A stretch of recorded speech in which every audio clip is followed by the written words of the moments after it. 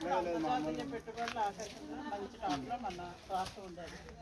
ఒకప్పుడు 8,67,8,067 మంది కుటుంబాలకి ఎన్ఆర్ఐజిఎస్లో 100 రోజులు పనిచేవారు అప్పుడు. ఇప్పుడేమో 2,59,000 పని కూడా పూర్తిగా ఇవ్వట్లేదు. ఇప్పుడు జరిగేది నిత్యావసర ధరలు 9% పెంచారు. కరెంట్ రేట్లు కూడా మద్యం రేట్లు పెరిగి అప్పు భారం బాగా ఎక్కువయ్యాయి. 5 ఏళ్ళు జగన్ చేసిన మంచి ఇదేనా? ఎక్కడ చూసినా నిరుద్యోగం, అవినీతి, గుంతల రోడ్లు, భూ కబ్జాలు. బతుకు తెరువు లేక 39,000 మంది రైతు, రోజువారీ కూలీలు, మహిళలు ఆత్మహత్యలు. నాసిరక మద్యంతో 30,000 మహిళా తాలిబోతులు పెంచాడు. లేని దిశ చట్టంలో ఆడపిల్లల జీవితాలు బలి చేశాడు. 1,00,000 మందికి పైగా ఆడపిల్లలు వ్యవసాయంలోకి నెట్టాడు. అన్యాయాన్ని ఎదిరించాలని వందల మందిని కట్టలు పెట్టుకున్నాడు. పరిశ్రమలు లేక, ఉద్యోగం లేక యువత చీకట్లోకి నెట్టేశాడు. 12 లక్షల తప్పు చేసి ఆ భార్యని మన పిల్లలతో చేశాడు. ఆ భార్యలో రాష్ట్ర భావితరాల వారికి భవిష్యత్తు లేకుండా చేశాడు.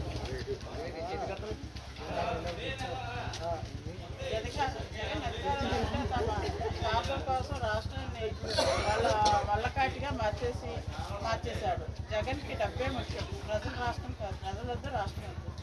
జగన్ అరాచకాలు అడ్డుకట్ట వేసి ధైర్యం చర్యం ఉన్న వ్యక్తి బాబు గారిని రాష్ట్రాన్ని మళ్ళీ ప్రగతి పద రప్పింది. వాళ్ళు నిలబెట్టాల్సింది బాబు గారే. పోలవరం నిర్మాణం కోసం బాబుని మళ్ళీ రాజధాని అమరావతి నిర్మాణం కోసం బాబుని మళ్ళీ యువతకి ఉపాధి, రైతు సాగునీరు కోసం, సంక్షేమం కోసం బాబుని మళ్ళీ ఉపాధి, ఉద్యోగుల కోసం బాబుని మళ్ళీ రప్పిందాం. మహిళా రక్షణ సాధికార కోసం బాబుని మళ్ళీ రప్పిందాం. మెరుగైన విద్య కోసం బాబుని మళ్ళీ రప్పిందాం. ఆంధ్రాలో రాజ్యాన్న కోసం, ఆంధ్రాలో జనం రాజ్యం కోసం మళ్ళీ బాబుని రప్పిందాం. స్వర్ణాంత కోసం బాబుని మళ్ళీ రప్పిందాం.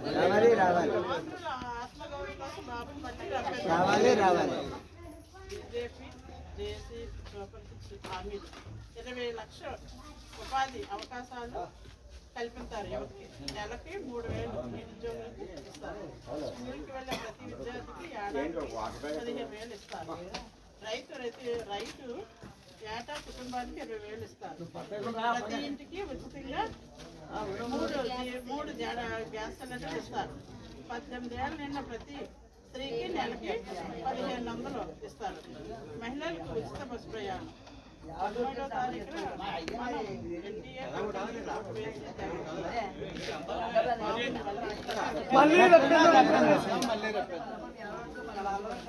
మన బాబు గారిని మళ్ళీ రప్పించుకోండి. మన రాష్ట్రాన్ని స్వర్ణాంధ్ర రాష్ట్రంగా తీసుకొని మన పిల్లల భవిష్యత్తు కోసం కూడా మనం ఎలాగైనా చేయాలి, గెలిపించుకోవాలి బాబు గారు.